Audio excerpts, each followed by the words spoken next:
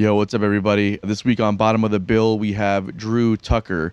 His online brand, some of you might know, is It's Not a Xylophone. He's a vibraphone player now based out of Atlanta, but he was in South Florida for a long time. He's been involved in a lot of outreach programs, as well as just gigging and writing and recording music, and for himself as far as others. And most recently, he played with Corey Wong on at the Tabernacle in Atlanta, which is all over his Instagram. It was pretty amazing to see. It's just been an amazing conversation. Really inspirational guy. Love his work ethic, his discipline. Everything that he does is just the way he thinks about things is just also inspiring. So we hope you enjoy the episode. But before we get to that, I just want to let you know that we do have merch available in the description below. T-shirts, hats, glasses, whatever you guys want. We got all kinds of cool shit. Check it out below. We also have what do I usually promote here, Chris? Subscribe to the YouTube. Subscribe to the YouTube channel. Follow us on Instagram. Follow us on Spotify. All that good stuff. Help us keep growing this thing. We love bringing these interviews to everybody, these conversations. It's inspirational for us, and we hope it does something for you guys as well, and hopes it brings some kind of awareness to our scene here in Jacksonville. So the more support we get, the more it grows for all of us and everybody involved. So without further ado, here's Drew Tucker. This is Bottom of the Bill.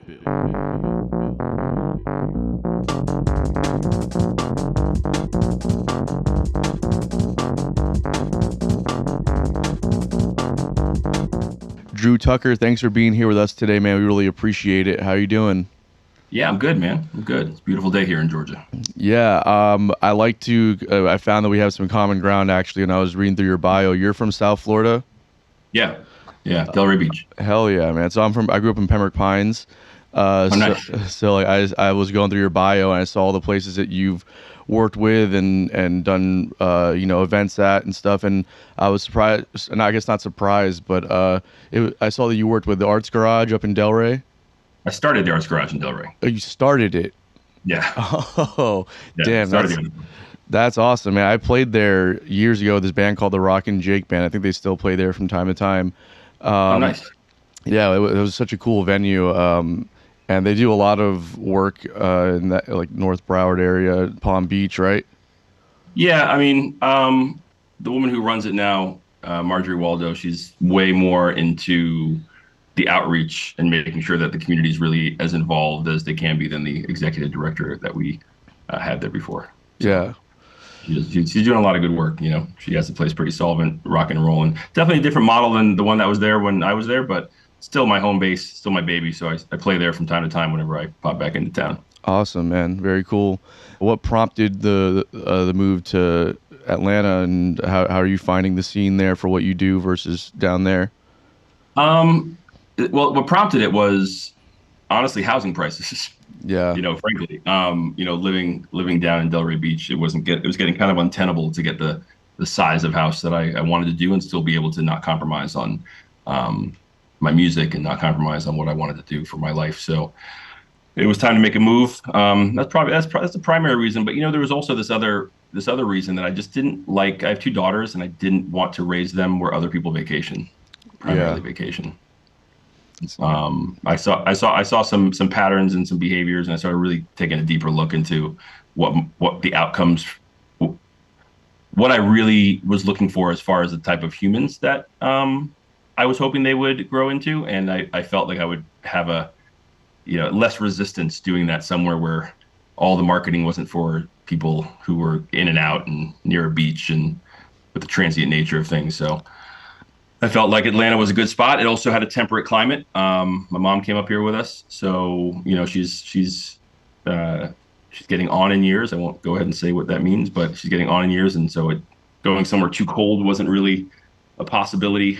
And plus, I wanted to be able to just hop in a car and drive back to South Florida, visit my friends, visit my family. So it was a pretty good move, and I also wanted to be in a space. My brother moved to McLean, Virginia, and worked in DC. And I remember I used to go visit him, and I loved the fact that when you were at his house, it felt like you were in woods and nature, but then you were 20 minutes from Georgetown, 20 minutes from the city, 20 minutes from the scene, but then you'd leave the scene and be in your own little slice of the area. So I live in Kennesaw, Georgia, which really feels like I walk out back and I look at forest. I can hardly see my neighbor's house. I love that. But then 30 minutes and I'm in the city. So I dig that. I dig the fact this is something growing up in South Florida that I appreciated, but I truly appreciate now that I live here is that I'm 4.5 minutes from 4.5 hours from Nashville. I'm 4.5 hours from 4 hours from Nashville, 4 hours from Asheville. I could be in cool spots in Alabama. I can go to Louisiana in 7 hours, New Orleans in 7, 8 hours. Whereas in Florida, it was like 8 hours just to get out of the state. Right. I was, and we get all the concerts here. Like every time I see a post about somebody I like coming to a concert, I would just look for Atlanta. Whereas before I was like, oh God, please come down somewhere where I can drive. Because it's just so hard to route down to South Florida unless you're, on a certain level or you have a connection down here. So Totally. I like it. As far as the scene's concerned, I think I'm the only vibraphone player in Atlanta. So that's great. I dig that. So I'm kind of like a little bit of a novelty, which is pretty cool. I moved up here right before the pandemic.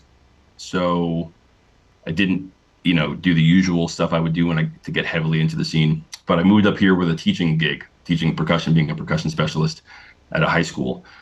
So that was a blessing. High schools up here are really committed to music in Cobb County. So there's a lot of investment in music through the county and through even the individual school programs, because a lot of times the band program is the largest student body of students in the program. It's the largest club. So a lot of everything kind of runs through them. They kind of dictate policy. Most of like the superlatives in the yearbook are all band kids because band kids are the ones voting on them. So they're kind of like the kids in a lot of these schools because it's such a huge, they're so big compared to like other organizations in the school. So that was really cool to see a high expectation of quality musically. And I learned a lot. It was tough through the pandemic, but I was doing that. I just retired from that pretty much this year. I'm doing a lot of clinicing and started a job at a place called South Arts. There's a lot of corporations that run their hubs out of here, or they have their hubs here. So I started a job as the director of jazz at an arts nonprofit called South Arts, and offices in Atlanta. And so I've been rocking and rolling doing that and playing as much as I can. That's awesome. You're super busy, man.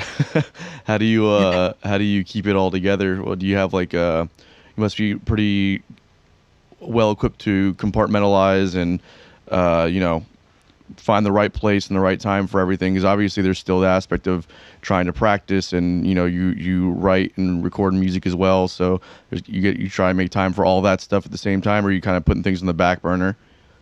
Yeah, there's a couple ways I could answer that question. I don't really believe there's a couple different sort of aphorisms I sort of use to sort of balance all of that out. And the first thing is I don't really believe in balance in general, like as far as life balance, I don't believe in that.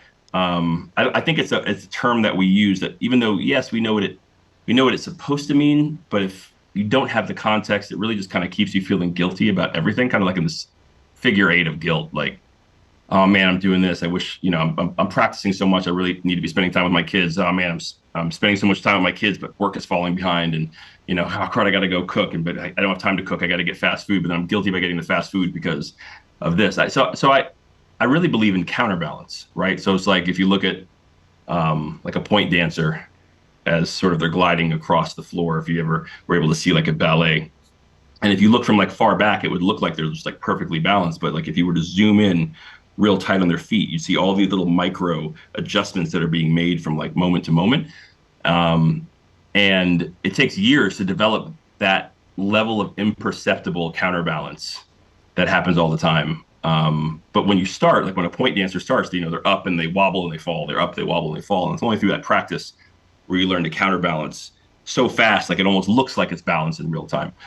And I think that's kind of the way it is. So there are certain times when I have deadlines and I may be down here every night and just writing or practicing, or I got a show coming up, and my time with doing other things might be scarce. Even my time with my kids might be scarce if I have like a heavy, busy season. And then once that's over, I'll shut it all down. And the only thing I'll do is hang with my kids. So I'll counterbalance that, Gotcha. Yeah. And then as I've gotten better at it, it's easier to say like, okay, this is the time for this. And then be able to recognize when I'm getting sort of out of whack and then try to bring it back to center by, or what I've found really helpful for me is that my kids play music too. So, as much as they can hang out down here with me, they understand when it's work time, and I just love having them around. We'll always take breaks if they're down here. We'll jam together. We'll just come up with something fun and we'll play together. My older daughter now is at the point where we're actually going on a European tour for 3 weeks. And she's in the band. Oh, no So shit. What'd she play?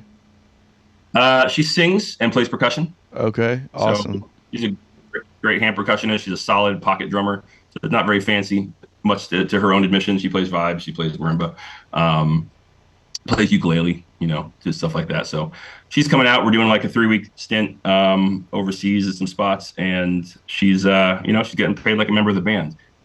I don't know what that means in terms of my shenanigans on the road. I just kind of started thinking about that lately. And also her shenanigans on the road. She's 18 years old, going to be, and unfortunately she's not ugly. So, well, I'm sure you'll help that you're there to, kind of keep an eye on where you need to keep an eye on. That's got to be nerve wracking, huh? Yeah. So, yeah, I mean, it will be, I think. I mean, she's a good kid. I trust her, I don't know. It'll be fine, I'm sure. Yeah. But so there's that. The other thing I also think about is the fact that, it's kind of like juggling. If you're juggling a bunch of things, we're all always juggling so many things nowadays. It's kind of like figuring out which balls are made of rubber and which ones are made of, glass and which ones are made of like precious crystal. Oh, I love that analogy. Yeah. So some of them I let bounce, like sometimes I won't post on social media. I think social media, I don't enjoy social media, but I think I know it's important. It's important for my brand. It's important for getting opportunities like this. But if I got to let that bounce, I'll let it bounce. It'll always bounce right back. But when it comes to like my kids, I always have, even when I'm at my most busiest, I always have an ear to the grindstone to see if any patterns are shifting, see if I have to break away from what I'm doing, because those are balls I cannot let drop at any point, because those have lasting implications. So right. I'm always, even exhausted, I put the phone down when I leave the phone in the car when I get home, so that my initial attention is always on them. And I try to keep it off until they go to sleep, or until my youngest one goes to sleep. My older one, she's 18, so she's when she departs and she's like, "Dad, you're bothering me. Why are you so talking to me so much?" Then I can kind of go back to it. But so I just got to make sure. And some of them will crack, but you can always repair them. So some of them it's okay, but you just have to sort of prioritize which ones you can let bounce, which ones you can't. Right. That really helps to identify which. Because some people think, I think working out is one too. To keep taking care of my health is really important for me to be able to function and to present my best self to my children. So there are certain boundaries around that. Like I try to do it like at 6:37 in the morning before they're up and about. So I try to still get that. I'll sacrifice my sleep so that I can still spend the time with my kids and take care of the things I need to take care of really early. Yeah. There's been times when.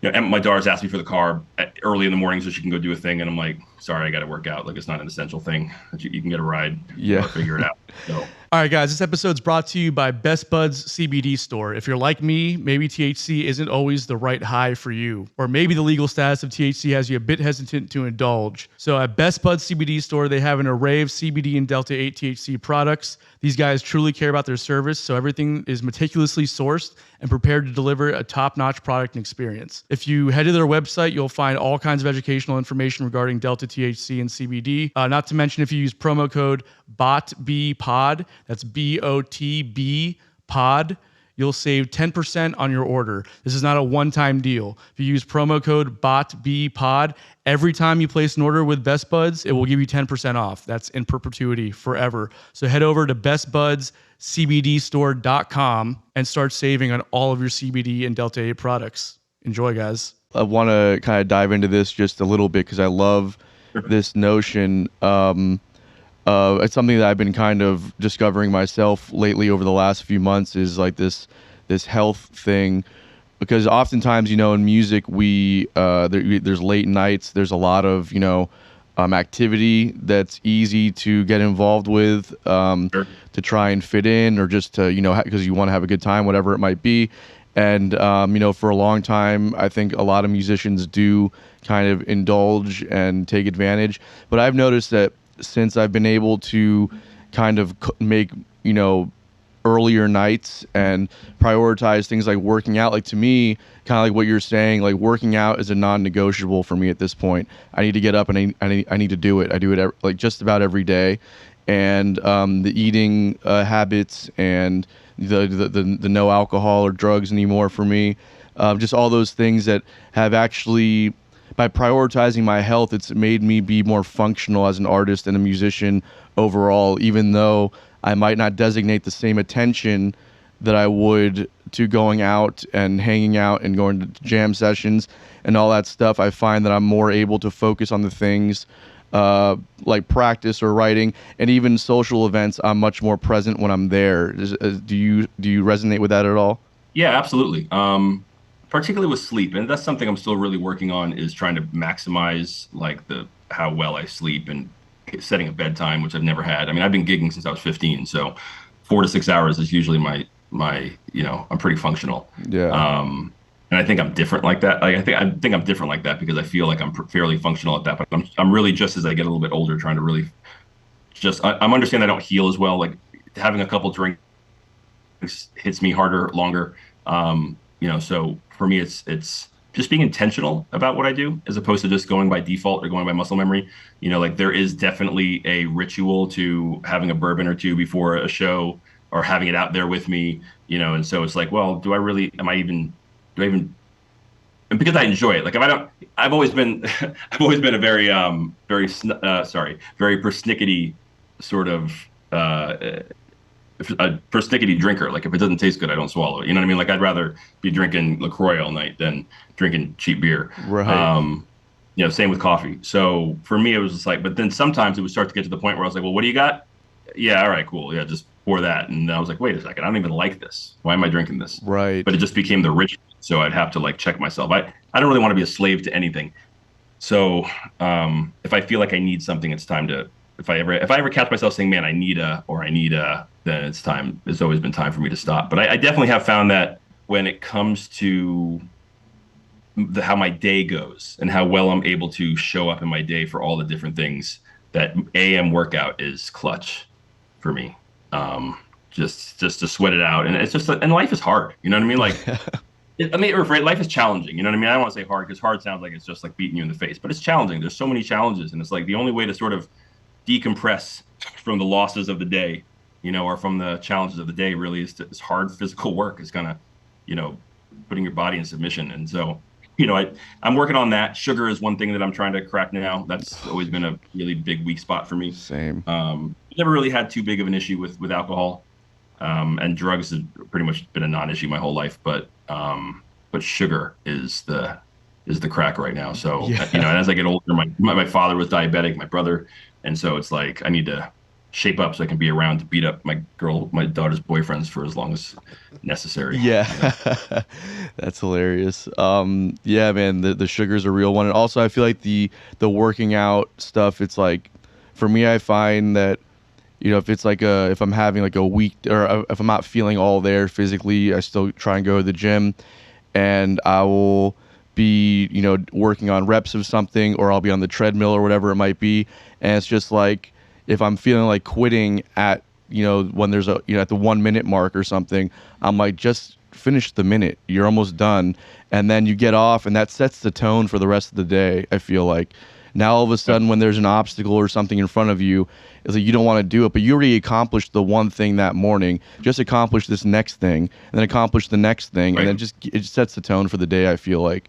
So it's interesting. I'm just, And, I don't, but that's a great point. And one of those like ancillary benefits to working out for me also, it's a promise I keep to myself, and I'm always thinking about two things, especially at this age. Is I feel like I'm writing my eulogy every day. You know what I mean? Like, and I also my daughters are watching, so if I can't, I want them to be able to trust me. I want them to trust my leadership. I want them to trust, especially my older one, as she gets older and she starts thinking about longer term serious relationships. I want them to see what's possible from a man. I want to be that person. I want to keep promises to myself so that they know I'll keep them to them. So I think everything is everything, as the now infamous Lauryn Hill said. And I think it's really important that how you do anything is how you do everything. So Totally. It's like, if I'm showing up for myself every morning, even if they know I'm tired, and I'm doing what I have to do, and I'm showing up for them every day, and that's what they're going to expect from people in their lives and men in their lives. And so I'm always thinking about those things. It's for myself. It's also for my mental health. I have severe ADHD. I always have, but didn't get diagnosed with it until I was an adult, and all of a sudden the rest of my life made sense. And and it absolutely helps me to just get that adrenaline out and kind of calm my brain down, calm down any anxieties I may have around the things that I have to do. And so it's great for my mental health too. When people don't work out and they eat terrible and they're like, well, I'm anxious all the time and depressed. You don't want to belittle that. There's chemical things that happen. Everybody's got different struggles, but I'm like, well, why don't you start with the stuff here instead of starting with the medication or starting with the those other things? It's huge help. 100%, man. 100%. Yeah. I want to shift a little bit here because I see you have a few different instruments in the background. Do you play all of them? Yeah, my vibraphone is actually not here. Usually it sits there in front of my mallet station. But I did a clinic at a music intensive last week and then traveled, so I haven't picked it up yet. But yeah, I do play all of them to varying degrees. I play the piano. But I don't practice piano. So mostly I do a lot of theory, composition, arranging on piano because I can get the whole breadth of everything. Piano is also where I kind of go when I want to do any sort of just play sometimes because I don't have the pressure around like how well I'm playing. Drums I play, but I'll play whatever is given to me within reason. I don't necessarily practice drums a lot, but my hands work really well just because I play a lot of vibes, and I teach a lot. So I play drums, but if you had me on a gig about 2 hours in, you'd start to hear some of the same vocabulary, like you wouldn't, I haven't really expanded the vocabulary too much. It is a goal of mine to actually sit down and get my feet stronger and to be able to expand the vocabulary on that. But I can keep a pocket. I can have fun. I can do the gig if it calls for it. If it's a pop gig or a top 40 gig, I'll learn the tunes and be fine. Yeah. I won't be any Aaron Spears or anything like that, but I'll do the gig. And then vibraphone is my main instrument. So anything mallet wise that I'm playing, that's where I kind of excel, specialize. That's what I spend most of my time practicing. Yeah, so that's how we discovered you. Obviously, we saw a video of you playing with Corey Wong, and that was pretty amazing. And I'm curious as to I want to kind of work our way to that moment because it's not a traditional realm or genre of music to be seeing a vibraphone in. So I'm curious as to your background and how you got to this point of playing with funk bands and in this kind of jam band world. Sure. Yeah. It's an interesting way to phrase it. I like that. It's kind of because it's kind of always a goal of mine. Like I'm just like I truly believe that every genre of music needs vibraphone. They just don't know it yet. Right. So kind of because usually once I play with someone or once they're like, wow, that was awesome. I never thought that would even work or whatever. And then we do it again, and then so it's always like kind of like a mission of mine to get into spaces where people aren't used to seeing it. And I think that started young, in the fact that like I was trained as a jazz musician. I went to to jazz schools. I went to Berkeley for a little bit. I studied jazz vibraphone. That's the thing you play when you play vibraphone, which was great. But as I started to play out and play standards and play straight ahead stuff and have my quartet or have a trio or whatever, it just wasn't going anywhere. And I kind of sort of realized that it's not my music. Like I didn't grow up, like I love Frank Sinatra and I love Cole Porter, but I don't remember where I was when Nina Simone dropped her latest banger. But I do remember where I was when Britney Spears came out with Toxic and how I felt about it. And I do remember riding in the back of my brother's El Camino when Tears for Fears was playing.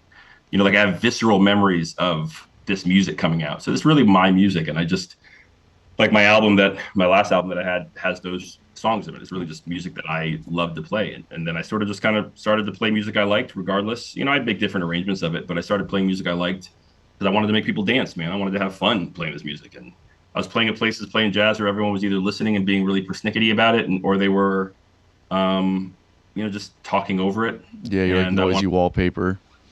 Yeah, I wanted to entertain, and so I just decided to play music I love that resonated with me. Because listen, no one knows. There's a handful of people on the planet who know if I played the right scale over the right change and played the cool lick or did the thing. But so I'm not going to connect with that many people on that. But in school, that's all you think about. Like the only connections you really are making are the ones you're trying to make because you're being graded are on the technical aspect of it. So people go out in the world and they're like, look at the technical aspect of it, and they're trying to connect with people on that, and they're not connecting and wonder why they're not selling tickets. but everybody connects on with love and joy and suffering and pain and loss. So if you're playing music from that place and you're playing music that helps you to connect to that, then you're sharing that experience with them, and they're finding something cathartic to connect with it.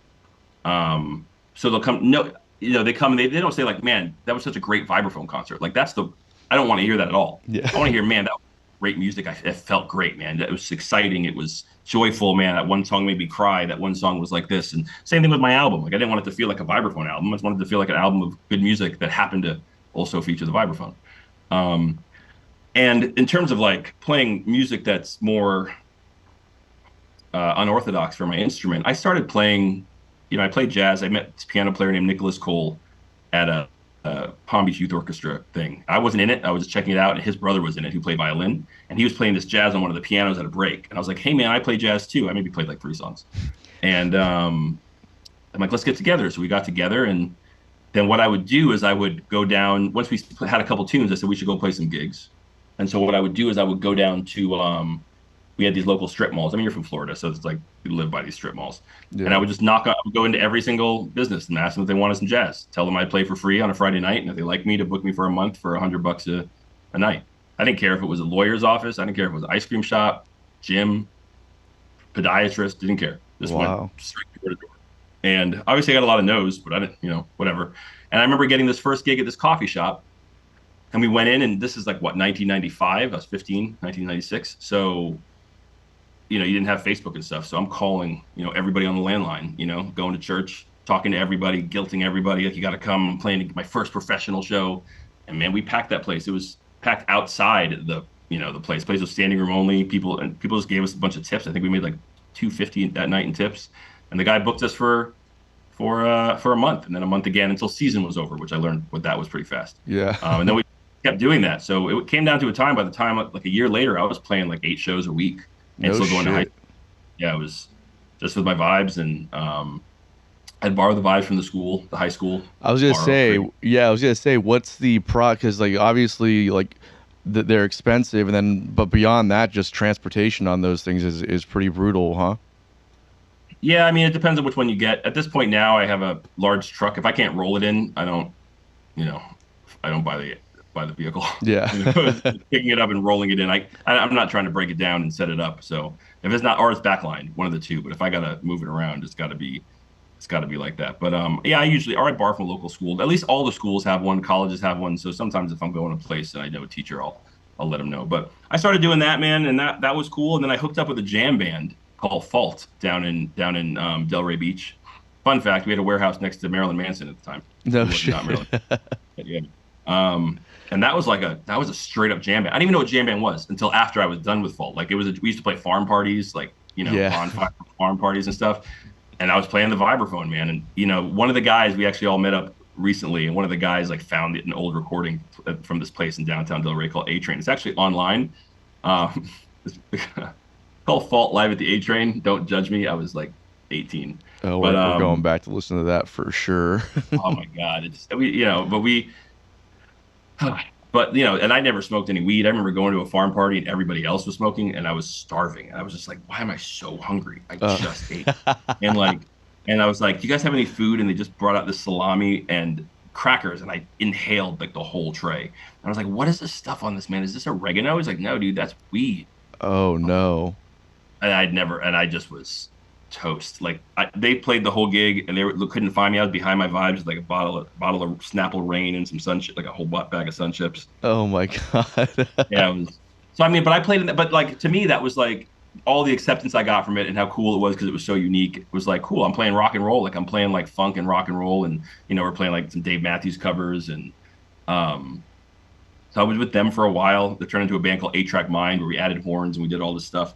And there was a couple albums that I remember hearing that made me also think that anything was possible too, like the Chick Corea Bobby McFerrin album, which is like Bobby McFerrin just on vocals and vocal percussion, and Chick Corea playing, and it was just this live concert. They just sold out a live concert with this. It was so cool, and it was so like esoteric, and Gary Burton playing tangos, and I just sought out music that was different, and I just wanted to play the vibes, man. I just fell in love with the stupid instrument, and I wanted to take the instrument that I loved and the music that I loved, which mostly was like grunge music and hip hop, 90s grunge hip hop music, and just like rock and roll. And I didn't see any reason why I couldn't just do all of that together. Like there was no rules.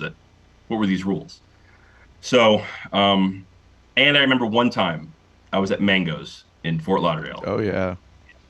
And this drummer, John Yarling, who I love, and and Nicole Yarling, who plays violin, was just like still teaching everybody doing the things. But John Yarling, I said, man, hey, let me come sit in with you one day. I was like 17, 18, I don't remember. And he's like, we play blues. I was like, yeah. And he's like, yeah, there's no vibraphone in a blues band. And I was like, oh, the hell there isn't. From then on, I was like, I'm going to play some blues. I'm going to play in a blues band. It was just like guitar, like shredding guitar players. You know what I mean? Like, so I wanted to do that. And so, anytime someone tells me like, you can't play a vibraphone with this music, I'm like, okay. So I remember that. We might have just unearthed something. I think that's been driving me for the past 20 years. Well, you can't vibraphone in a blues band. Those fucking blues guys have a way of bringing some weird shit out of you, man. I'm telling you, that fucking that sometiime. I mean, I have such a respect for that genre of music. It's what I came up playing, and the blues scene in South Florida was very good to me. But man, that stuck in tradition kind of mindset really makes you want to like push against the grain as a young guy coming up. Those guys, man. I learned how to play with space. I quickly forgot it, but I did learn how to do it. I did learn how to do it. I learned how to play with I want to kind of ask you about that actually. When you're playing, especially genres like blues, I mean, I'm curious, like, where do you find your place as a vibraphone player?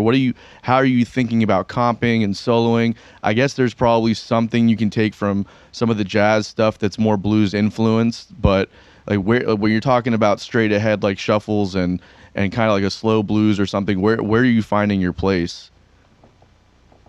I still am. I don't have an answer that's solid enough to say that I know this answer. However, I realize it's very musician specific. It's very ensemble specific. You might have a drummer that's filling up a ton of space. I think the key really is just empathy. Is just listening. Yeah. Just being, okay, this is where this person's at. This is what, and so I try to approach every gig with empathy and try to listen to harmonically what's happening. Is it really dense? And so I'll keep it as open and as possible. Is it really thin? Is there not a lot? Is the organist just kind of laying down some 1-3 set, some thirds and sevenths, and is he just kind of sort of sitting there, or is he like playing all the things? At which point, I'll try to just find space within. But to me, it's that conversation, and it's really about how can I make everybody else around me feel and sound good. Because at the end of the day, that's really what it's about, right? I mean, I have always found that if I can do that on stage, that it translates, and even if I don't play a lot or I don't play a lot of notes, that it connects. And I just want to make everyone around me feel a little bit better, sound a little pocket of the world in that moment. And I really think, honestly, I really think in those terms. And then I try to pick up on I try to learn something. So if someone's playing a certain thing, like I remember when I was practicing for that Corey gig, I'm trying to figure out how to get, he's got this strum that I've just never, like, it's just so clean and in time and clear. And I'm like, how can I spent so much time trying to figure out what kind of technique I could use to either play that, first of all, for future things, to kind of get that same effect, or also just to complement it. Like, what can I do? I think I came up with something. I'm not really super happy with what I came up with when I listened back to it, but it was a part of that journey.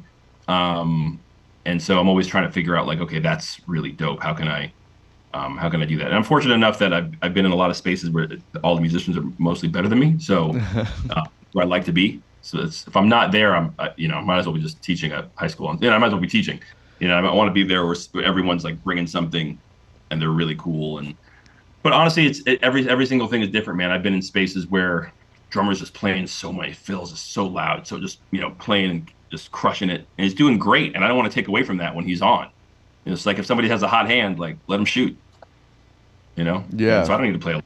I don't need to play a lot. Yeah. I don't need to hear that. I don't need to hear the sound of my instrument to feel satisfied with a performance. Yeah, totally, man. That's something that I think takes a lot of time and just experience. Because there was just an example of that. There was a jam session that happened a few months back. We had a friend of ours that was leaving town. So of course every musician shows up to support. And at one point there was like 3 or 4 guitar players on stage, but we've all been doing the thing for so long that I'm looking around, I'm trying to find what my place is, and we're all trying to find our spot. But then at some point I just noticed that there's like 3 of us out of the 4, or 2 out of the 3 that are up there that are not playing at all, and we're just kind of waiting to figure out like what the next thing is. And I thought that was so cool just to be up there with guys that were like that confident, but also listening that hard to be like, I don't hear where I fit in at the moment. I'm gonna wait for a little bit, and then you come in when it's your time. But just to have that kind of discipline, I think is important, and something that a lot of musicians don't have or figure out till much later on. Yeah, it's kind of like better to be silent and be thought a fool than to speak and remove all doubt. Yes, for same sure. musically. It's like, you know what? Let him think I can't play, but I'm not going to start throwing in and then be like, oh, wait, no, he doesn't know what he's doing. Yeah, he came in at the for wrong. sure. Yeah. I made that mistake a lot in my life, but I'm better at it now. And that it definitely is a journey. And mostly for me, it's just finding physical space to actually be on the stage. But Totally. I bend the laws of physics with that instrument quite a bit in my life. So. What starts happening after you're playing with this blues band for a little bit? Well, I didn't play with that blues band. I didn't play with them at all. He just said that, and I was like, I'm gonna go and do that. But I was with Fault. I marched a drum and bugle corps as well. Okay. So I started teaching high school drum lines like right out of high school. So, that was I find I have a lot of fun doing that. It's very fulfilling for me. I love, and it's not really even the music at that point. It's the leadership training. It's the helping these kids. And a lot of these kids don't play a lot of sports or team sports or do a lot of things like this, especially in like your marching band type of thing in high school. So this is the only type of time to get that sort of team sports training where it's like, yeah, this is hard and you gotta have to sacrifice and it's hot out. You gotta play the same music perfect every time and you gotta push past it and you gotta keep practicing small little increments done consistently day by day, yield big results. Like those types of things, a lot of them don't get otherwise. So it's important to me that there's a human training in that, and I do find myself particularly drawn to teaching and helping with that medium. So to me, playing, I'm definitely not or ever going to be the best vibraphone player in the world, and haven't tried. And a lot of that's just because that's not my gift. I found out that playing vibraphone isn't really my gift, or percussion. Playing music in general is not my gift. And when I realized that and accepted it, I just realized that it was sort of my vehicle to espouse my gift, right? It's my vehicle to be able to share a lot of things. And it's that audience that I've found because of this. And then I just start using, like, I have a lot of other gifts that I can use to help other people. I do love the instrument. So how can I help a guy like Joel Ross or like Nathan Skinner or these other cats who are in a situation where they can practice, or they're just straight up gifted, or they're really good, or they're in a situation. I can't practice 4 hours a day. I got family responsibilities. I got things. This is how I built my life. So I have so many other things that are more important than being the, greatest vibraphone player on the planet. So how can I use my gifts to help prop up people who are in a situation to be able to go, and that's what they're built to do. They're built to go play. They're in a situation to go tour. They don't have children, or this is where their passion lies and their gift lies. So how can I support that? I can do that with connections that I have. I can do that with putting other people together. I can do it with giving them opportunities where I can, and stuff like that. So, that's sort of what I found since then. And teaching has really been key in that. I love doing clinics now. I'm not teaching daily in this high schools anymore, or in schools. So I do a lot of clinics. I teach at universities. I'll go do a residency here, a residency there. And now, and then I started Arts Garage, actually. Again, it's to be able to see that opportunity in an empty warehouse, and to be able to take the experiences that I've had and sort of put them inside and see that there was an opportunity there in Delray Beach, because there used to be a lot of jazz in Delray Beach at one point. And then Facebook happened. And then all of a sudden people started, going on Facebook and promoting their shows. And some of your older jazz musicians were like, we're not promoting anything. We're the talent. You promote. We just show up and play. And they're asking for a couple $100 a person. Whereas now you got these college bands, playing for $100 in a beer tab so that they can try to get laid, and putting it all on Facebook and, packing the place up.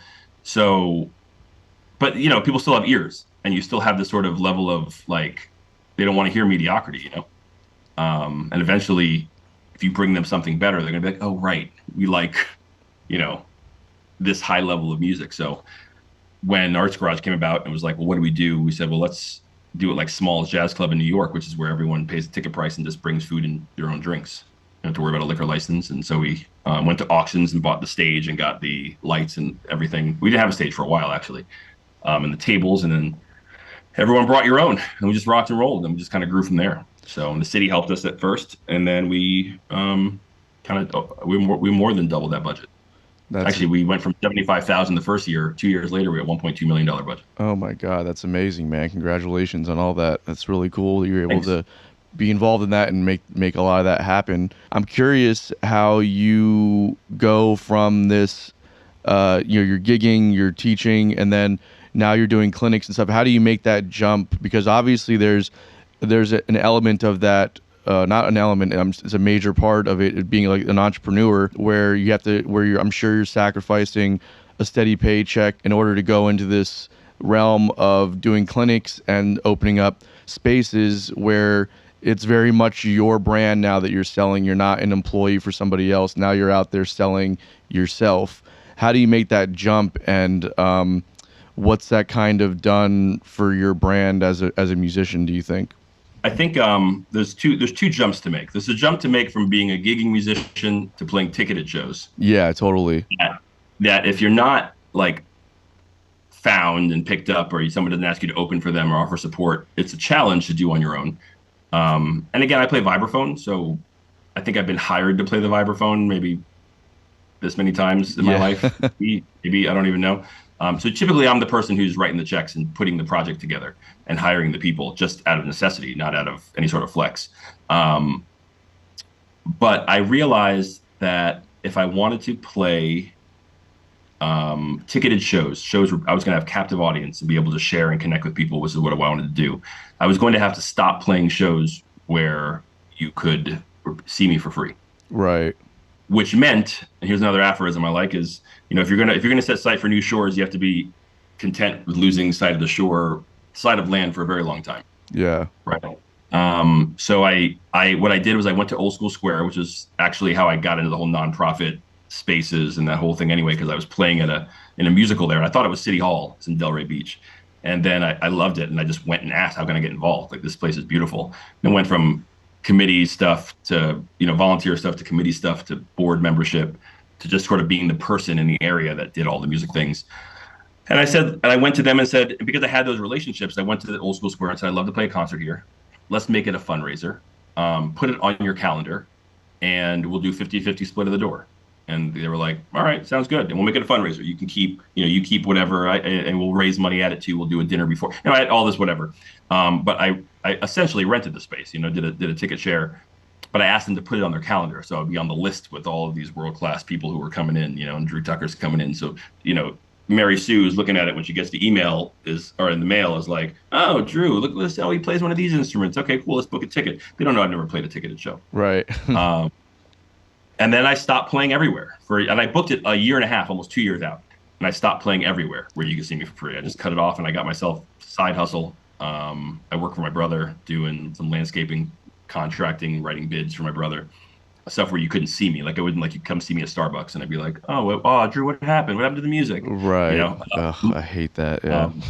Right. So I got a side hustle, and I only played, like, I'd play private parties still. I'd play if there was like a festival or somewhere where there was a ticket entry to it. I would play, or there's a stage where I was on stage and people came to listen to it. I'd play those. Even if it was like a free festival, if it was like on stage with a good sound system. But it was about 2 years where people eventually just kind of stopped asking when I was playing at Dada again, or when I was playing at with whatever the local spot was. And I'd say, well, I'm not playing anymore there. I'm really working on, I have a show coming up, I'm, here, and they go see the ticket price and be like, what? Why would we pay that? But then a year and a half in, they were just like, oh, you're playing there? Okay, cool. We'll buy that ticket. We really miss seeing you play. And people started buying the tickets, and we did really good. We did really good at that show. And then Arts Garage, we sold out. We oversold the place for the first, like $40 a ticket, $40 a ticket, because that's what the customers were used to paying there. So then they see you, and they know they can't see you for free, and they know that, but for a long time it was tough, man. Everyone was always like, when are you going to play here? Money was scarce. So I always tell people, man, if you're going to get a side hustle, get a side hustle. Just don't get too good at it. Yeah. You know, Right. where they start giving you promotions, you got to think about it after the job. You know, then you fall in love, have a kid, and now you can't quit. You know, Totally. whatever that case is. So that was that jump, and then I just kind of tried never to go back. I'm very careful about who I play with, what list I'm on. Every now and then, I remember I did go back once, and I was playing. What was I playing? Was I playing drums? I went back and did it once, and then I realized, and they were like, and I didn't tell anybody about it, but it was just a really good paying gig at a restaurant, and they were like, "Hey, can you promote more?" And I was like, "Yeah, I'm not going to promote for people to come not listen to me." Like it just made no sense to me anymore. Like to send out, to use all of that, like sort of, and you have like a limited amount of that clout when you're telling people about stuff. 100%. Right? So I'm telling them to come out so they could be like, "Hey, I can't hear you. Let's go outside for a second and talk." And I have no one inside listening, and everyone's outside talking, having drinks. And I was like, "Yeah, I'm not doing this anymore." And so there's a little bit of that, and then and again, it all sort of stacks up, right? I remember asking a friend, asking University of North Texas, Mark Ford, he's a great friend of mine at the time, he's still been a long time mentor. It's like, "Hey, can I do a clinic at your place?" And he's like, "Well, yeah, sure. Put together the list of what you're going to talk about. Send me 2 videos of you doing clinics elsewhere." And I was like, "All right, well, I don't have all that."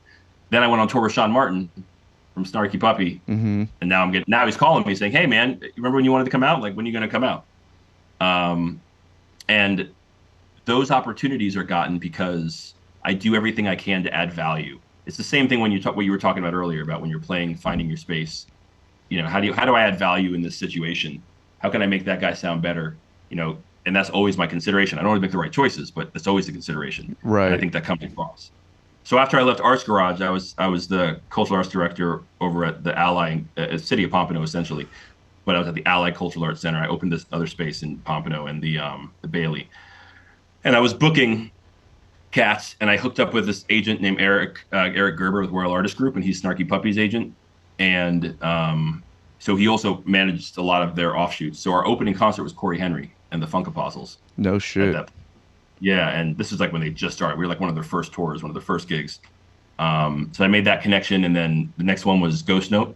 In their first iteration, and then the next one was Sean Martin. I may be having those out of order, but either way. And I remember when I met Sean, I was like, "Sean, man, we should go do a tour together." And Sean is the nicest human being. Like he's like what I'm talking about, like taken to the highest possible conclusion of making everybody sound better, feel better, look better. And he was like, "Sure, man, put it together. We'll do a duo tour." And I was like, "All right, now I got to put up." So I called I leveraged every connection, and we did a tour of Texas, a tour of Florida. And honestly, he changed my life with that. And once that happened, and I was in that space with him, that was huge. And every time he comes down, we play together, we jam. And he's not really doing well right now, but shout out to him. I really hope he's one of the best people I know. Period. Full stop. And even playing, man, I wasn't playing well. Everything he plays, he's just so good that I could play the worst stuff, and he just makes it sound good. Yeah, he's got that. And he does it with a smile, and he's supportive, and like so. But doing that in that space got me into like those Snarky Puppy spaces, and which got me like in the ground up playing those late night shows. And I hooked up with Corey because Corey came to Isaiah Sharkey's jam session, which I was invited to. So I was at Isaiah Sharkey's jam session. Corey stopped in on the way to Jam Cruise. We jammed. I saw Corey was playing at the Tabernacle. I said, "Hey man, what's up? I'm in Atlanta. You're coming through Tabernacle." He's like, "Great." Like, I was like, "Great, man. Like, love to do something with you." He was like, "Great. Here's some tunes. Come sit in. Let's play." Fuck yeah. That's awesome, man. That.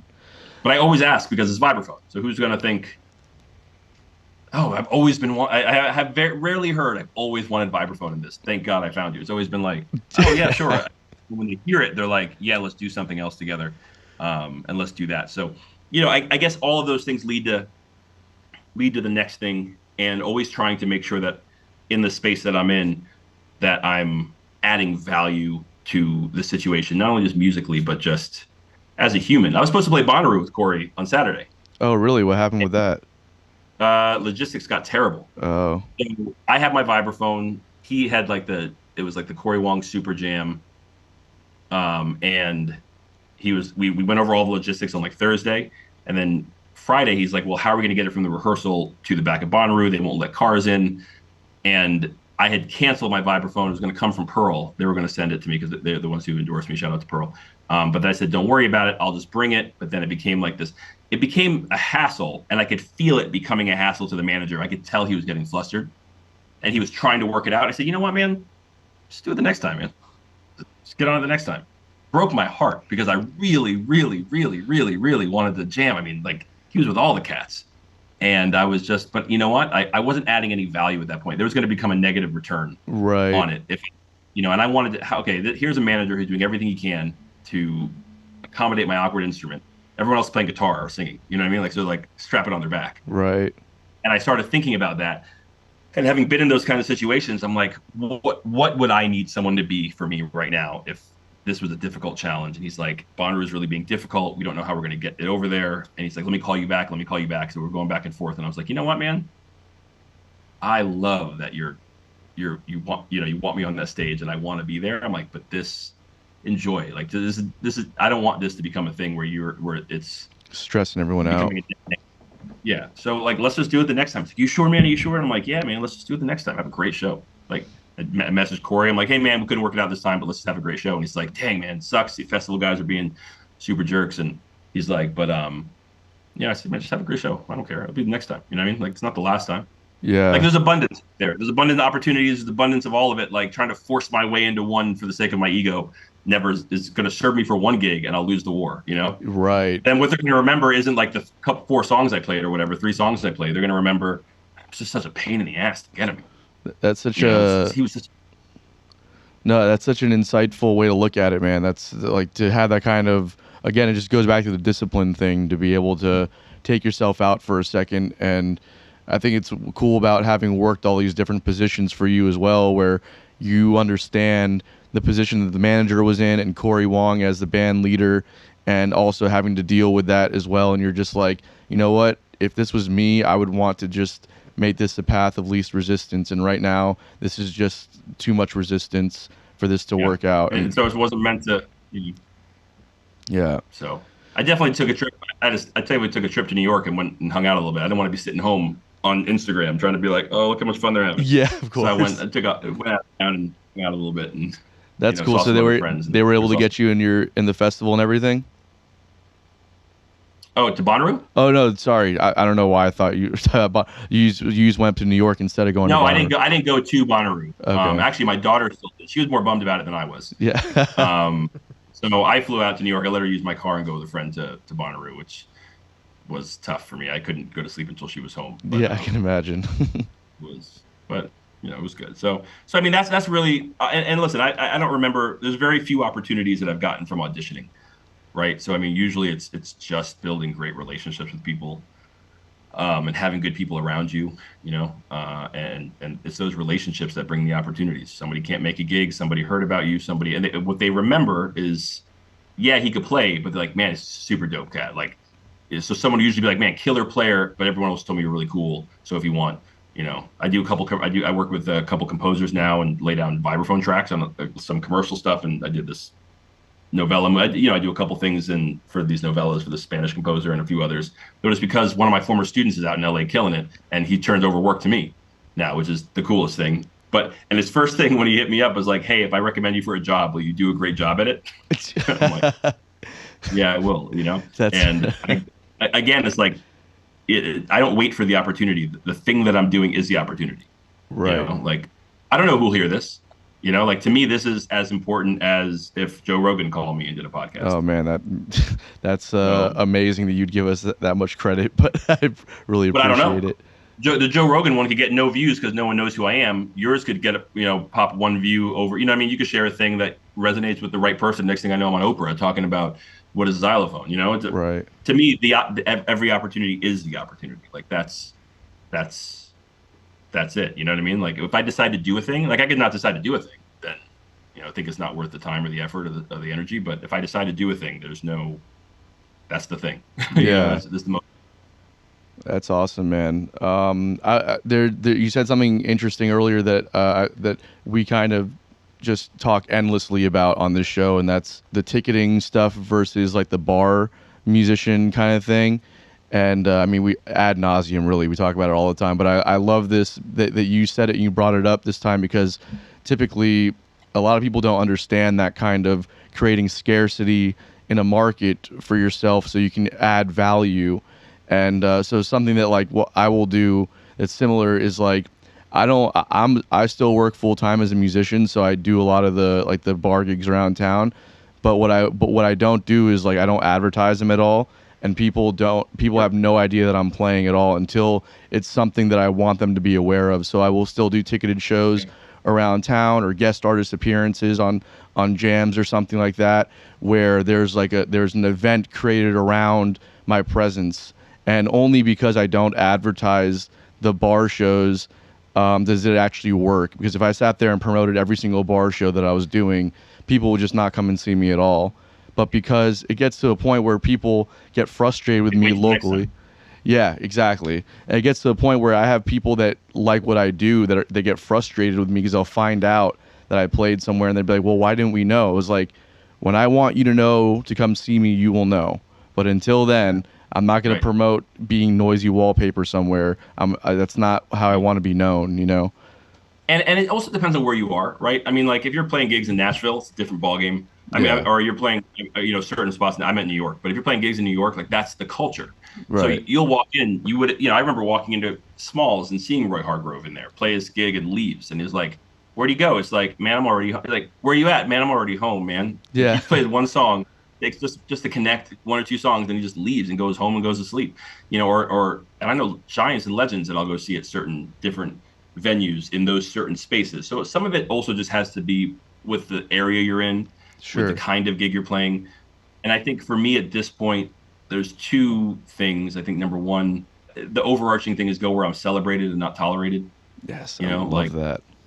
Yeah, so the music is the thing. It's not like no one's asking me to turn down, and from a more logistic standpoint, like, is there a sound system and a sound guy? If there's a sound system and a sound guy, then you got a shot. If they're like, no, you got to bring your own speakers and your own mics, then I'm probably not going to that.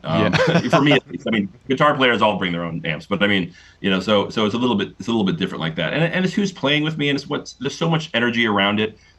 Am I trying to build a relationship? Am I in Atlanta? No one knows me anyway. So if someone's like, hey, can you come down?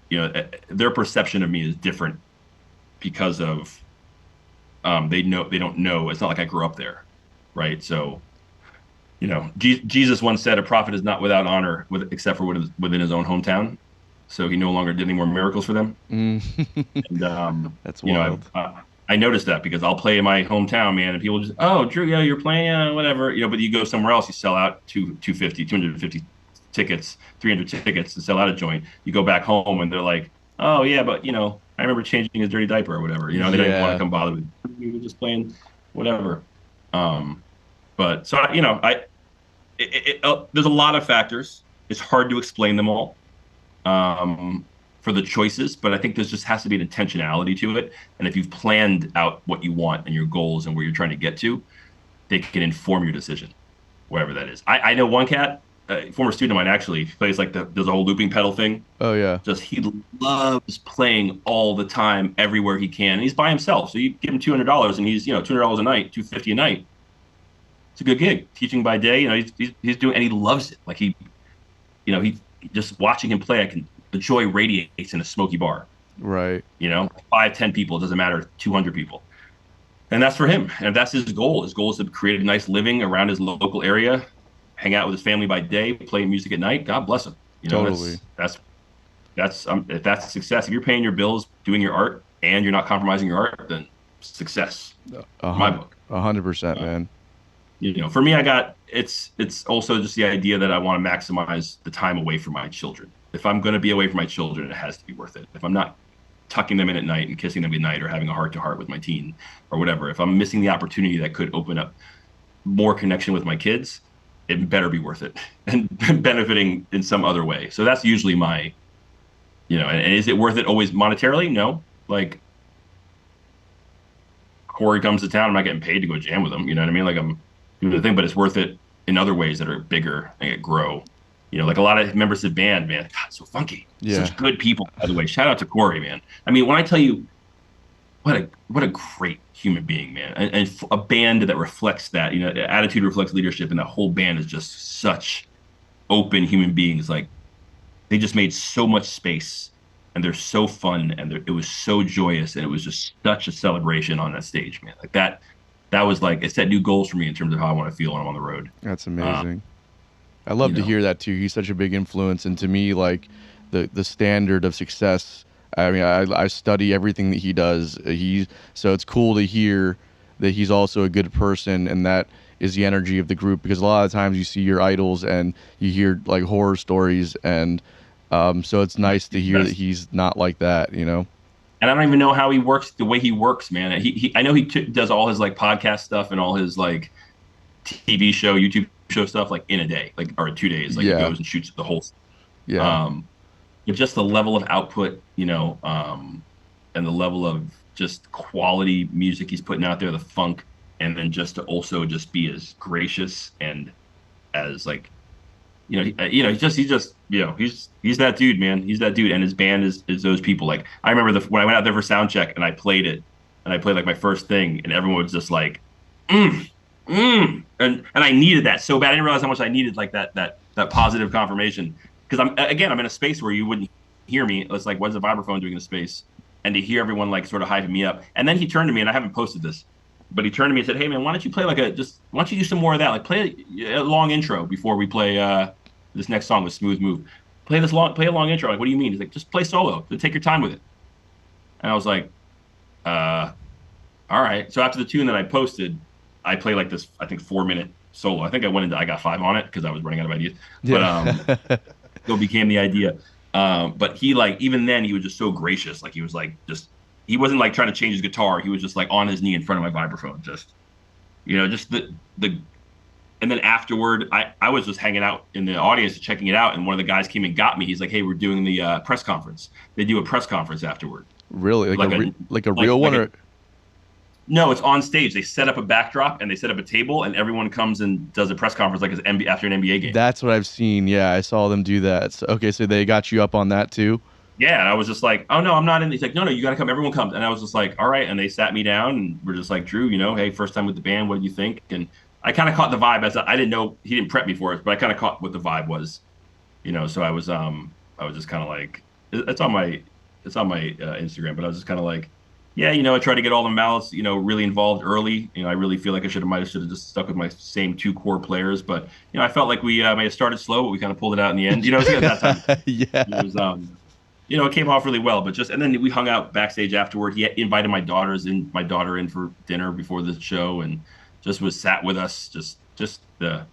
I'm gonna, I start gushing, man, but I realize though at that level, honestly, most artists at that level that maybe just the ones that I've encountered are just not competing with anybody, man. They're just there to share and and have fun and be joyful for the most part.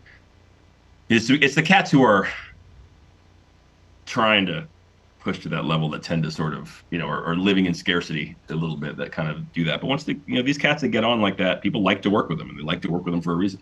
Yeah, for sure, man. Don't be a bad person. That's the number 1 career advice. Don't be a jerk. Yeah.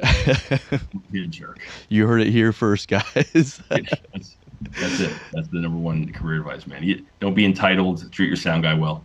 Yeah, that's fucking golden rule right there. Be as authentic as possible, man, because everyone always wants to know how I came up with the "It's Not a Xylophone" thing. And not everyone. I guess everyone's probably definitely hyperbolic. But people, if I do a clinic or something like that, people usually ask, and it's like, honestly, I was at a bar gig, and these drunk girls kept putting their martini glasses on my instrument. Like it was really crowded, and they kept putting, "Oh, can you just hold this? Oh my God, I love the xylophone. I love the xylophone." I got so pissed that I went home and just changed all my screen names. Yeah. And then had a friend order, make some shirts, and that was it. So it was really just another. And I also realized that like if my why is I want to make it easier for people who fall in love with this stupid instrument than it was for me, then how are they going to ever think about the fact that they want to hire a vibraphone player, or they want that in their wedding, or they want it in their band if they don't even know the name of it? If every time like, "Oh, I want a xylophone," and they go look up xylophone and they get an actual xylophone, which is like, made of wood and raised accidentals, and no sustain and super articulate and very high pitched in a lot of cases. So they're gonna be like, oh, that's not what I want. Forget it. Right. So it also kind of taps into that sort of deeper meaning of what I'm trying to do. That's gonna be the name of the episode for sure, because we name all of our episodes like just based off of a thing. So for this one, we'll call it "It's Not a Xylophone." It'll be right on brand, and hopefully Nice. it'll help boost it in the YouTube algorithm a little bit. Oh yeah, I mean, yeah, I'll share it, of course. Drew, thank you so much for being here with us today, man. We really appreciate it. Before we take off, we do a segment that I totally forgot to fill you in on, but it's easy. Sure. It's I'm down called for anything, man. It's called Unpopular Opinions, and we just each say an unpopular opinion, and we discuss it briefly, and then we move on. It can be about whatever you want. We typically try and keep politics and religion out of it. However, if you want to go there, we'll go there. Doesn't have to be music related, literally whatever you want. What you got for us, Chris? All right. So I think riding the rail at shows is just way overrated. Yeah, 100%. Getting there early and being right up front it's not the best spot. You're kind of locked in the front. It's just, and I was reminded by this because you brought up Bonnaroo, and I saw a video of the gates open and maybe 200 people just full sprinting across an open field to go stand at front at like 10 a.m. and they probably stood there, 12 hours, 14 hours. It's just not worth it. Just stand in the back near the sound booth. You're going to get a better mix. You're going to have a better time. Like, I just don't get the hype. Everyone's got to be up front. It's not real. It's not a thing. What do you think, Drew? I'm going to kind of say that I kind of agree with that. I also think you don't get the best sound there.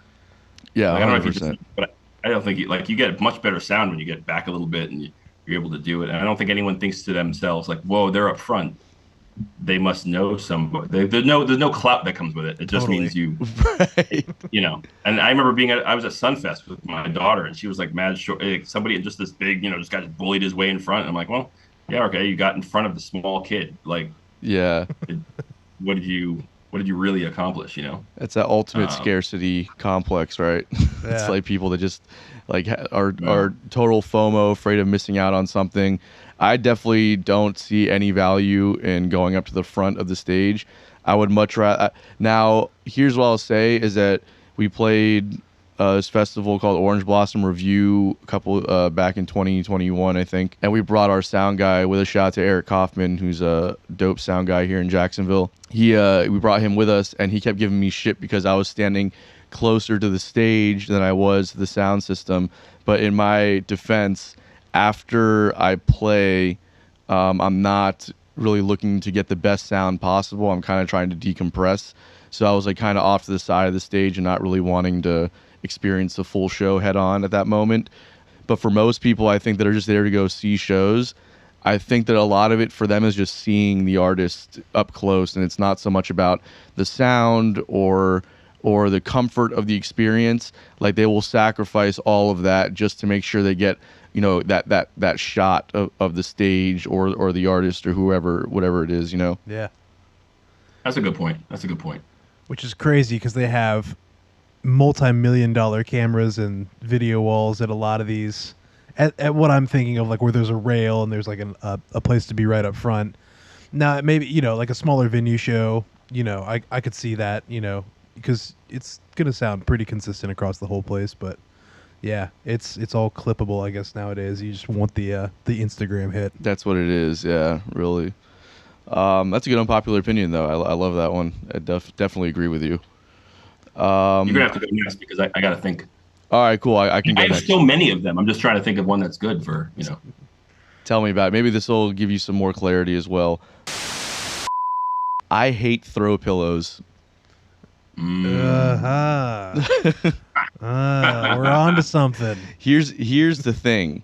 I'm all about, I think, going back to what we kind of touched on earlier, how you do anything is how you do everything. I can understand trying to make a place look presentable and trying to add like an artistic value to the home space. At a certain point though, there's also like, if something's not functional, why does it exist? We can be artistic and functional at the same time. At the point where we're just sacrificing function and in fact adding more work to my plate for the sake of making something look nice, when it's supposed to be built around comfort, then you count me out 100%. It's funny. Well, you know what? Yeah, I don't disagree, but in order not to make certain people think that in order to get me in trouble, I'm going to say I kind of disagree. Yeah, of course. But no, I don't disagree. I think that there comes a point when it's, yeah, I grew up in a house with like the living room you don't touch, you don't go in there. You have the pillows that are on your couch, but you don't actually sit on them. Right. So I like that. I like things that are functional. So I remember being very, very intentional about getting a couch that my kids could jump around on and have fun on, and being very intentional about the things that everything is accessible, right? You still got to treat it right, but just treat everything right. Right. And just doing that. But, but to my mother's credit though, I'll say like, oh, we were never allowed to sit on the couch. And she's like, that's why I still have that couch. Yeah. That's always the thing. So, I mean, you can't argue with that logic, I guess. No, totally. Chris, you don't strike me much as a making your bed kind of guy. I don't know about throw pillows. Well, you know why they're called throw pillows, right? Because you throw them on the ground. 100%. Yeah. Get that shit out of here. Yeah, I don't know, man. I'm not into it. So if anyone disagrees, you can leave your comments in the comments section below. Let me know about how passionate you are about throw pillows. Well, we've just got to upgrade now. Get a nice blanket and put that on the couch that looks good, because then you have a blanket on your couch. You can still let's upgrade. Yeah, well, we'll get some throw pillows for the couch while we're at it. Yeah, that's great. Yeah. Do it. Drew, what anything come to mind for you? I would say, yeah. I mean, it's really narrowing it down. I'm going to say, I guess it borders on politics, but I'm going to say that Disney ruined Marvel and Lucasfilm. Yeah. Like, absolutely ruined them, and it's sad, and it makes me sad. And I loved comics growing up. I have boxes of them. Like if you were to just look right over there, there's stacks of graphic novels up there. Oh yeah, I see them. You know what I mean? Like wow. there's Avatar: The Last Airbender. And it's just like Lucasfilm came around and decided that was more important. Listen, I'm as a mixed race person myself, who's but from Jamaica. I am all about representation and seeing, hopefully that there are women out there that are in media and places that my daughters can look up to. But what they've done is just like, but I've never been about just clicking and ticking boxes at the sake of the quality of the product, right? Like Totally. If you're going to write a good story and you're going to make, certain demographics as a part of a character but it's not the only character trait. If you're going to write women in a way that's relatable because they have a hero's journey and a struggle, and you take into account the fact that they are very small and that males are much bigger, and you have them use strengths that are inherent to females, but no one can relate to someone who's like obviously 80 pounds and kicking 250-pound judo wrestlers' butts all over the place. Right. And never having the only thing they had to discover was that the power was with them all along, and it was everybody else that was holding them back. And I'm like, yeah, well, my daughters have flaws, like they have just like everybody else. So they want to see somebody who they can see themselves in overcoming a flaw of conceit or the flaw of being too this or being this, or they have to figure it out. I mean, you just look at like the old Mulan with the new Mulan, and the old Mulan, like she wasn't beating everybody up. She was like, all right, well, I'm not going to win this physically, so I'm going to have to use my smarts. I'm going to have to use playing to her strengths. Yeah. Right. These strengths that are inherent in like other things, and she had to figure it out. But it wasn't, you look at the new one and she just kicks everybody's butt and can float off a roof from when she's 7 years old. So it's like, these aren't relatable characters. They're not likable characters. They're ruining all the legacy characters that we grew up with. They don't like the fans. They don't like, and whatever. And so like all the old men got to go and replace with the young women, which there's a character arc. If it's earned and there's a point, then fine, but I just watched Terminator 2 the other day, because I think it's on Netflix right now. And I was like, dude, Linda Hamilton was a boss. Yeah. But she wasn't like kicking Arnold's butt all of a sudden because she worked out and she was the lead, Ripley was a boss, You know, like it was. What else did I just watch? Oh, Extraction 2 just came out, and like the female lead in there wasn't there to make fun of the male lead, like, but also was capable and likable and fierce and smart and had and you know what I mean. So it's like Disney comes along and was like, well, we're going to Disneyfy all this stuff, and fine. If you there are ways to do all the things that Disney does with these movies, and think about a way to enhance the story, like to create the story, and you can put anything you want. Look at like you got me going now. Look at like Lin-Manuel, what do you do? Hamilton. Hamilton, yeah. Who cares that George Washington is black? Who cares? Because the story is great and the production is great, and no one's like, well, they race swapped George Washington. No one cares. You'd be surprised. I've heard some arguments, and also I think that there's with the Hamilton thing that's easy for me to suspend belief is that it's not really like a totally accurate depiction of what happened outside of the fact that it's, you know, like they're all black and not representative of who they actually were. But so it's like just starting from that right there, we know that this isn't going to be an accurate representation of history. And then we also know it's a production, so there's going to be things that are tweaked along for the story's sake, you know, for the purpose of performance, right, and to fit into all this stuff. So it's like, I think that, you know, when people watch things like that, there has to be there's some of the responsibility is on the audience to suspend belief a little bit, you know. Well, sure, and it's a fact that they did it with everybody. Yeah, too. Exactly. It's like it doesn't make a difference, but it's not even that. But you look at like the new Little Mermaid. Don't use this as a soundbite now. No. But they can listen to it if they listen to the rest of the podcast. Yeah. You take a Little Mermaid, like it's like they put these characters. First of all, I think there's lots of great black characters out there, and I think that we should inherently we don't need to make Superman black. There's Icon. Like, let's examine him. Like, there's all sorts of great black characters. They don't need to just be like, well, we're lazy creatively, so let's just take this one and make him black. Thank you. That doesn't make me feel good. Right. You know, like it just, I like Superman white. Like so let's create new ones for the kids today, and let's be creative. And that's it, right? You know, like there's great black characters, but also it's the fact that like the rest of the movie's terrible. And when everyone comes out and says like the movie was bad, everyone's like, oh, look, you just don't. I've seen threads where somebody will be like, the movie's terrible, and they'll be like, you're racist, and I'll be like, well, the movie was terrible, and then crickets. Yeah. Because when you get, you know what I mean, like, because, and then they learn the wrong lessons. Yeah. So you take like a Little Mermaid, which is one of my favorite movies. First of all, I'm not a mermaid. I don't need to see representation of a mermaid. I would love to see real people as doctors and real people as lawyers and in real spaces where I can look up to, like Carter Buford, who drummer for Dave Matthews, one of the greatest. Yeah, he's a friend of mine actually now. Oh, really? So it's really pretty cool. But like he was the first living drummer, the first black drummer that was alive that I saw on Modern Drummer, where I was like, oh, okay, cool, I can do that. But that's a real person. Like, that's important that he's on a character, like on a cover rather.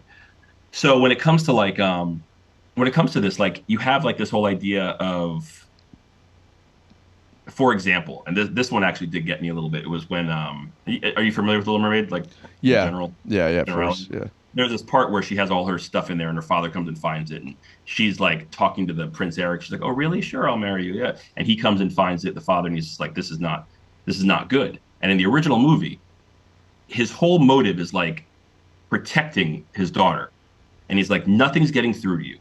And if this is the only way that I have to get through to you is to destroy all this stuff, so you see how serious I am, then so be it," and destroys all this stuff. And she's freaking out. And as he leaves, this little moment, he looks back and she's crying, and he's just like, yes, I remember that. Yeah. Miserable, and walks out. Because you realize he didn't want to do any of that. He just felt he needed to protect his daughter. And if he'd rather have his daughter hate him and her be safe and alive, which I can very, very much relate to as a father of a teenage daughter. However, in the new one, he just loses it, and he's just like, you know what, you're not going to listen, because the rest of the movie is set up where the daughters are allowed to go to the surface, so it's not as much of a safety thing. People know about them, whatever the case may be. He just loses it because he's pissed off she's not listening, and he's now just a narcissistic jerk who's just abusive and just decided to do that, and then storms off like a jerk. Right. There's no nuance. But the focus was not making her be all. And when she doesn't want him to destroy the statue of Prince Eric, is because she thinks he was about to destroy the crab guy, Sebastian, who was sitting on it. You see what I'm saying? So it's like now you just made fathers look like an idiot, like he's Right. an abusive a-hole. And as opposed to this whole moment where you had this like family dynamic, and it's these little things that they learn the wrong lessons. They take the wrong things. Well, we can't have her going up there for no boy. But first of all, what's wrong with a love story and procreating and keeping the human race going? Nothing's wrong with that. But also, it diminishes the whole reason for everything, and it makes him look like. Anyway, whatever. I can go on with this stuff forever, man. Rey Skywalker. I think it's interesting. I was thinking about the Little Mermaid while you were bringing this up, and it's not something that I've thought too much about. I don't have children, so I'm not going to really see the movie because I don't really care to see the movie, and also like. But people made a big stink about it, and I didn't really think one way or another about it. I was okay, well, that's how you feel, whatever. And then I had somebody recently say, oh, well, the new Little Mermaid came out. They were like my age, and they were like, the new Little Mermaid came out, and it's really a great watch. Everyone should go see it. She's black now, so that's very, very important to go support stuff like that. And I started thinking about, I didn't get into it with her because I didn't want to it was like a family dinner thing. I didn't want to get into all that, but I just kind of sat there and I was thinking, I was like, well, and then somebody else was like, yeah, all this uproar about it, like just how more blatantly racist could you be? And then I started thinking more about it and I was like, let me think about this because it can't just be as simple as being racist, right? There's got to be something else to it. And I was like, maybe if they just would have taken the same concept and made a different character rather than taking the existing character and making her a different race, because at some point it just seems lazy, like you were saying. It's not creative, it's lazy, and it's just like you could have created a new storyline with the same kind of premise but a different character and avoided all this controversy. But the purpose wasn't really to create something artistic and to represent anybody. The purpose was to create controversy, and that's what they ended up doing. And it still helps sell tickets. They spend no money on CGI anymore. Right. So if everything's dark and gloomy, you can't tell the CGI is trash. Right. You know what I mean? So any insult can be deflected by saying this is toxic or this is whatever. This is the thing. And it's like, I think Halle Bailey did a fine job. The other thing is too, but she's a kid, so she didn't really act very well. Whereas if you have voiceovers in animation, they could be 29 years old, 30 years old, have all this experience with voice acting, and you have these better interactions, and these better. But you obviously have to use a kid if you're going to be doing this. And how good are child actors really? But it's really none of the criticism is usually levied at her. It's just like this story was terrible. These live action animals look scary, like. They have no emotion, and it's the stuff of nightmares. So it's really weird. And honestly, I think we're swinging back the other way. I think when you see movies that are just simple, like the Top Gun movie that came out, and that was just a good movie where you weren't making fun of the aged guy to try to replace him with the new hip one. He was still the guy. There's also that trend of like mentors have to be like shown. Like there's no mentors. Like the young people know better now. Right. So you have these self-inserts who are sort of like these actors have grown up and now they're putting themselves sort of in these roles. This is what they'd like to do or they'd like to see. And so I think it's kind of sad. I love good stories. I couldn't care less about. And also, interesting fun fact: a lot of these race swap characters used to be redheads. Yeah. almost exclusively. Like look at all the redheads that have been race swapped in superhero movies. It's kind of funny. Yeah, it's interesting distinction. I didn't know that. I would love to see more black stories being told, more Asian stories being told. I think Crazy Rich Asians was a good example. They didn't just take Best Friend's Wedding and make them all Asian. Right. It's like right. Create a new story, like be creative. Exactly. But it's more important to me to see real people showing people what's possible. I think the uproar over all of it is kind of silly, but I'm looking forward to seeing, more good movies. I will say though, if you haven't seen Across the Spider-Verse and Into the Spider-Verse, is amazing. I've been I started watching it and I think I got distracted with something, but I really loved the premise of it, so I think I'm going to go back and try to watch it. And Arcane on Netflix is also beautiful. Arcane, where people have all sorts of demographics, but it's not their defining character trait. Like get hit over the head with it. It's just part of who they are, where everything feels earned, and you celebrate the diversity of people in with real problems and real issues, as opposed to being the problems are brought on by the diversity. Right, right. Yeah, I love that. Anyway, man. sorry, I got on a soapbox on that one. I apologize. It's all good, man. No, we love it. It helps. It makes the conversation interesting, and it keeps us going over here. So we appreciate it, and thank you again for your time, man. This has been awesome getting to talk to you. For me, I always love doing this stuff and talking to guys like you because it's inspiring and reaffirming, and a lot of just so many things. So thank you for being here today. Really appreciate it. Yeah, man. If you're in Atlanta, look me up. We'll jam. Absolutely, man. Yeah, I got speakers and stuff. You don't have to bring anything. I have a guitar too. Hell yeah. I'm fucking there, bro. We'll make it happen. I love it. Cheers, man. Be in touch. All right, man. Definitely. Have a good one. See you. Peace.